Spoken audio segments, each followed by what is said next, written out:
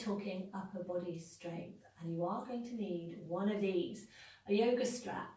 If you don't have one, don't panic, any belt will do. We're not going to be using it for long, so dressing gown belt, anything will do. Okay, so just have one ready. So we're no messing about, we're just going to start in a kneeling position. Again, grab your blocks or cushions if you need them to be comfortable. If you prefer, you can do this from a cross-legged position. It's entirely up to you. So just taking a few moments to centre yourself and to bring your awareness to your back body, particularly around the shoulder blades. We're going to take the arms up overhead in a moment. I want you to visualise the shoulder blades pivoting on your back. So we're trying not to lift from here, which is what a lot of us do. It just brings tension into the neck and the top of the shoulder. It doesn't feel great. We want to encourage the back muscles to do the lifting. So when you're ready, rolling the shoulders back and down, creating space and length in the neck. Inhale, take the arms overhead. Now work those shoulder blades. Exhale, pivot them back round onto your back. So you should feel the muscles on your back hugging those shoulder blades in.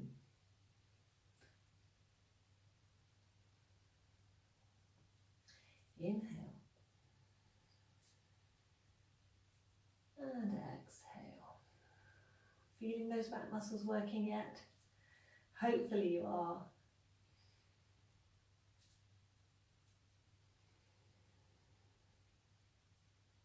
Let's do one more.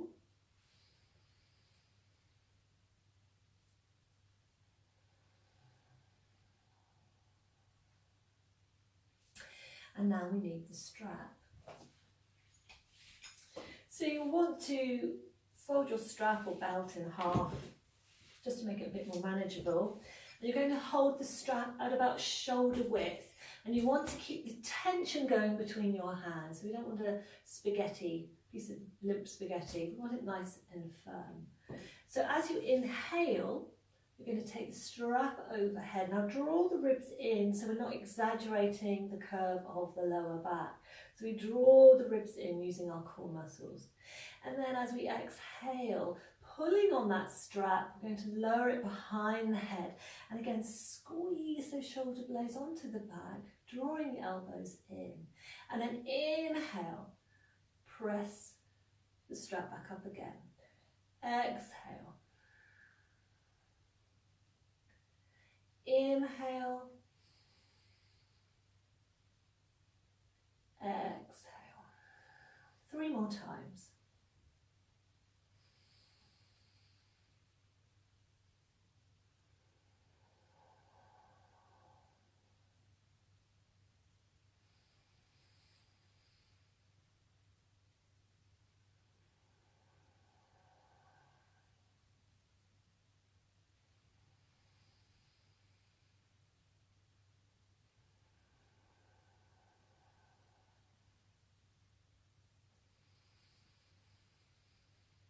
And gently release, so you can place the strap to one side.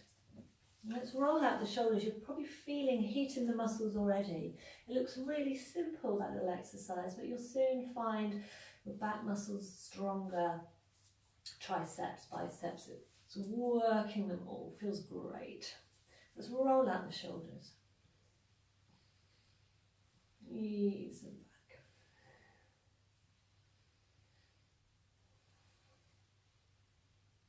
And then come to all fours. Find that contact with your mat in the usual way. Nice long neck. So again, we're focusing on the upper back here and between the shoulder blades. Can you just sink gently between the shoulders? So you're retracting the shoulders back. And then as you exhale, you're going to press into the mat and you're going to lift the back of your heart to the ceiling, a bit like you were doing cat pose, but we're really isolating this to the upper back. So inhale, you're going to sink, exhale, and lift. You can feel the back of your arms working as well.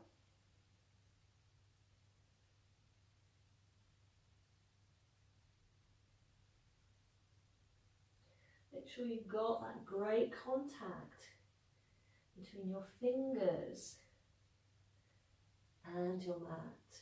So you're using that pressure on the mat to actually help the pose feel lighter.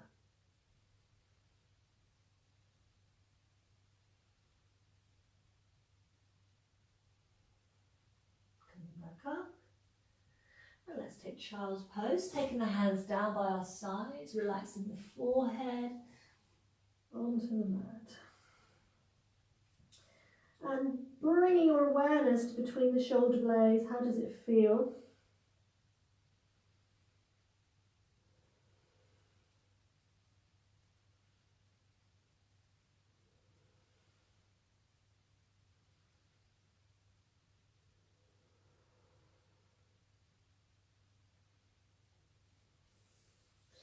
And then stretch your arms in front of you. Have a little wiggle from side to side.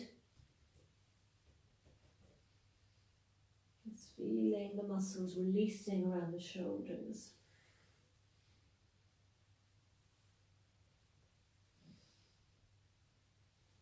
And then coming up to all fours. Crossing your ankles. Now you'll notice my hands are in front of my shoulders now. I've got a long body and long arms, so when I reach forward and I come up, that's where my hands are. And for me that's right, but if you need your hands closer in underneath your shoulders, please do that. All depends on body proportions, this one. So crossing the ankles, I've got my right ankle over my left. Zip up your core, so pull the belly in, get some support there before you start, and then you bring the weight forward, and you're just going to do a little tricep dip and come back up again. Obviously only go down as far as you're comfortable going down, but try not to chicken out and go back this way. So you might be doing this and going, wow, this is marvellous. All this fuss about upper body strengthening is rubbish. And you can see what's happening. The weight is travelling back. We want the muscles to start carrying that weight, so we need to bring the weight forward, keeping that belly lifted. Down we go again. And again. And again. And again. One more. Coming up. Moving back down. Child's pose. So don't worry if you didn't go too far down. Your muscles, they'll get stronger over time. But it's important that you do offer the muscles these challenges, otherwise they'll never improve, they'll just get weaker. So always just think about maybe reaching outside of your comfort zone, and you'll be amazed that suddenly there's strength there that you didn't think you had. So do persevere with this. We're going to do it again, another 5, and this time we're going to cross the ankles the opposite way around. So it'll be left over right, which for me feels really weird. It might feel okay for you. Lift the belly up, get the shoulders away from your ears. Remember, we bring the weight forward. 1, 2, 3, 4, 5. Come back. How did that side feel?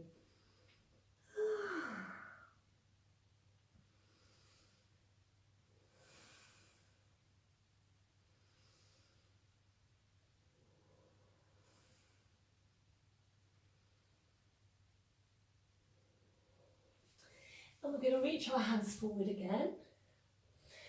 If your hips are on your heels and you're as far forward as you can go, when you come up, your hand positioning is probably right for your down dog. Again, play around with it. Toes under.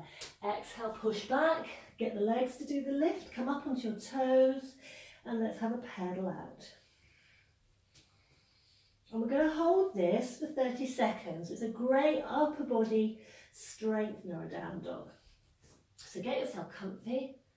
Whoop, and off you go. So remember, it doesn't matter if your heels aren't on the mat. Just relax the backs of your legs by engaging your knees. Hug those ribs in. Work the hands so you have some lightness coming up from the mat.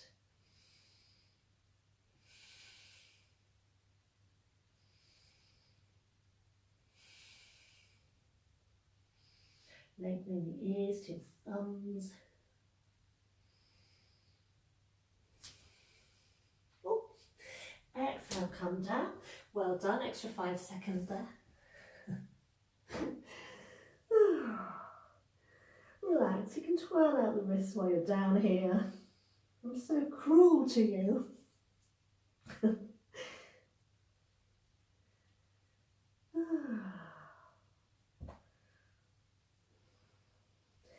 So there's lots of lovely things we can do with upper body strength from our down dog.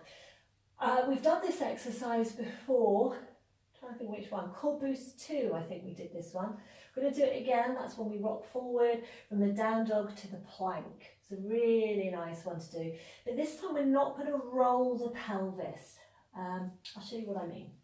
So let's come up to our down dog. Get nice and long, get comfy. So inhale. Exhale, roll that tailbone under, come forward to your plank. Keep the core lifted. Now push the mat away from you. And then we're simply going to rock ourselves back. So let's rock forward.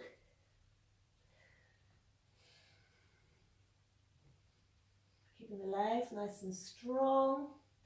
And let's simply move back. And again.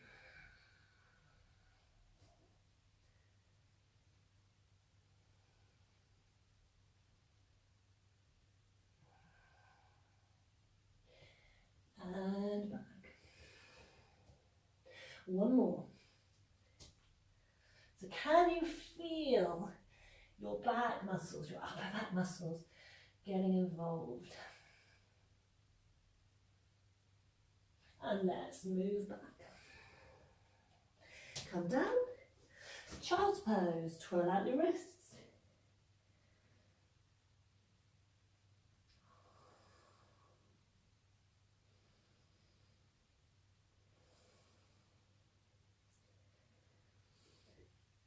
Nice. So a little bit of core work there as well, but obviously upper body work is the primary thing for that one. So we're going to do another 30-second hold, and we're going to do that in 3-legged down dog. So here we go. Coming up, tucking the toes under, inhale, exhale. If you feel a bit wobbly in this pose, bring your left foot to the centre line, so you're more like a tripod set up. That's absolutely cool. And then inhale, take your right leg up. Point the toes to the floor, relax the heel of the standing leg and keep pushing backwards. Breathe. So feeling your arms really having to work now. Can't see my watch very well. Oh no, we're all right. 5, 4, 3, 2, 1. Float down. Twirl out your wrists. If you've had enough with your head pointing down, at this point you can always sit and twirl out. So we need to do that on the other side. So here we go.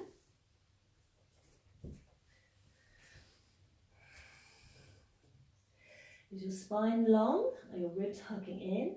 Do you need to move the right foot to the centre line to make you feel a little more stable? Are you okay? And when you're ready, inhale, left leg up.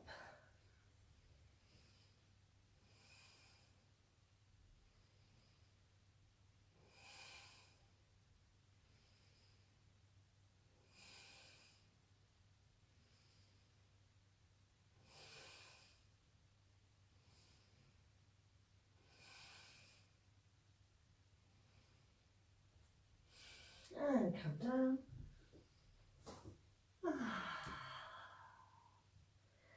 Twirl out.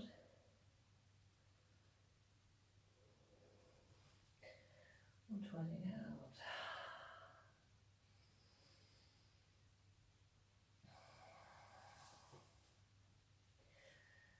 Doing well. Almost there. Almost there. So let's find ourselves in a plank position. So stepping back into your plank, and then it's right forearm down, left forearm down. Press into your right hand, come back up. And then it's left forearm, right forearm, left hand, right hand. All right?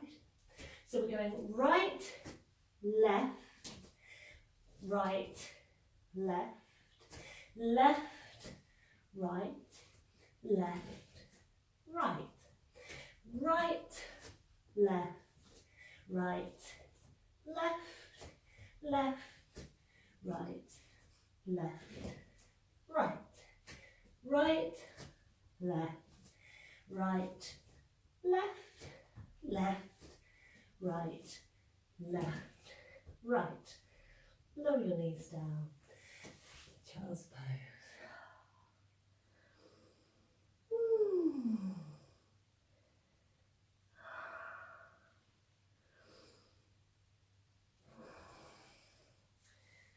Well done. Hopefully that's going okay for you. Again, don't worry if you couldn't do as many repetitions, that's going to come in time. We're going to move now into Dolphin pose. Really good for upper body strength, this one. So it's combining, it's almost like a combination of a forearm plank and a down dog. So you start from all fours and you come down onto your elbows. So your elbows are more or less, excuse me, hair in my mouth, yuck yuck. More or less under your shoulders. I'm so professional at this, I know it takes your breath away, doesn't it? So hold on to your elbows, that should be about the right distance, and then clasp your hands. Now the mistake many beginners make with Dolphin pose is they try to bring the feet in too close. It's not a better pose with the feet in. The heels don't need to be on the mat. We just want to keep the spine long and the shoulder girdle engaged into the back. So step yourself back to your forearm plank, so really push into your arms and you start walking the feet in. Now press those forearms into the mat and find your downward facing dog position, looking at your big toes. The head is off the mat, your armpits are lifted and you breathe.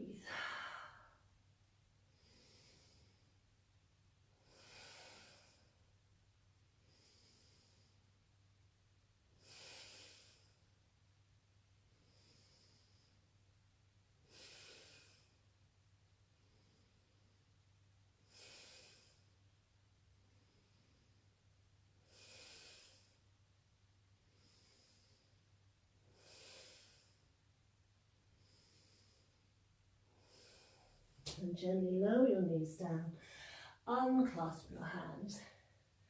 And again, just give them a little twirl.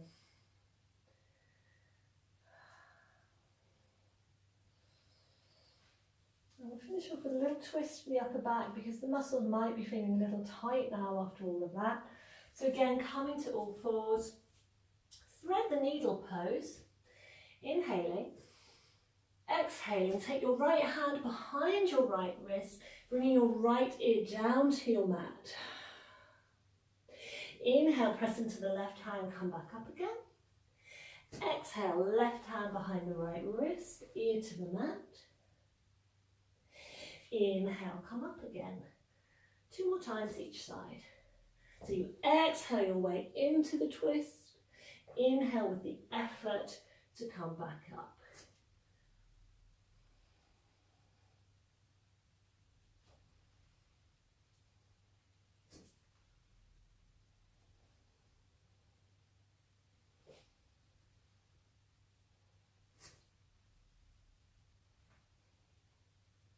And this time, we're going to do the same, but we're just going to do a little hold. So again, threading that arm, bringing the right ear down to the mat, and then inhale and take the arm up. And try and create space between the shoulder and your face. Again, back muscles. Press the length of your right arm into your mat. So you really feel the twist in the upper and mid back.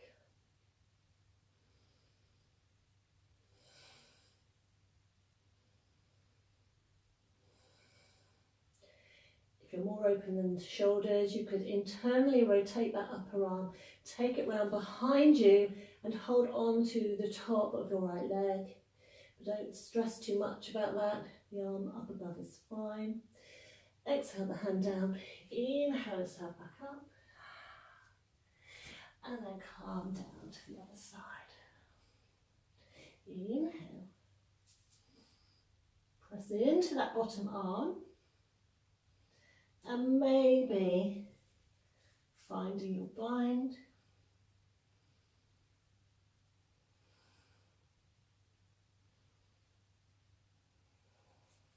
Inhale the arm back up. Exhale. Inhale. And then we'll just do a few rounds of cat-cow to make sure the spine's really happy now. So let's inhale. The tailbone lifts, belly drops. And exhale.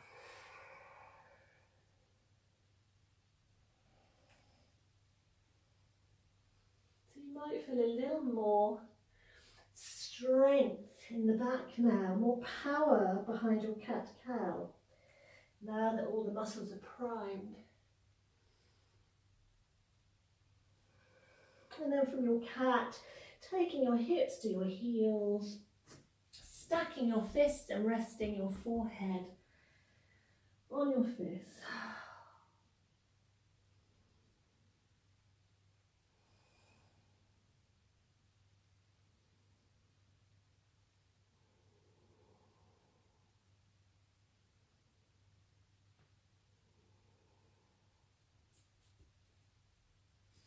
And then moving yourself gently into Shavasana. As always, I'm going to ask you not to skip the Shavasana. If you just stay there for 5 more minutes, that would be fantastic. Good work. Namaste.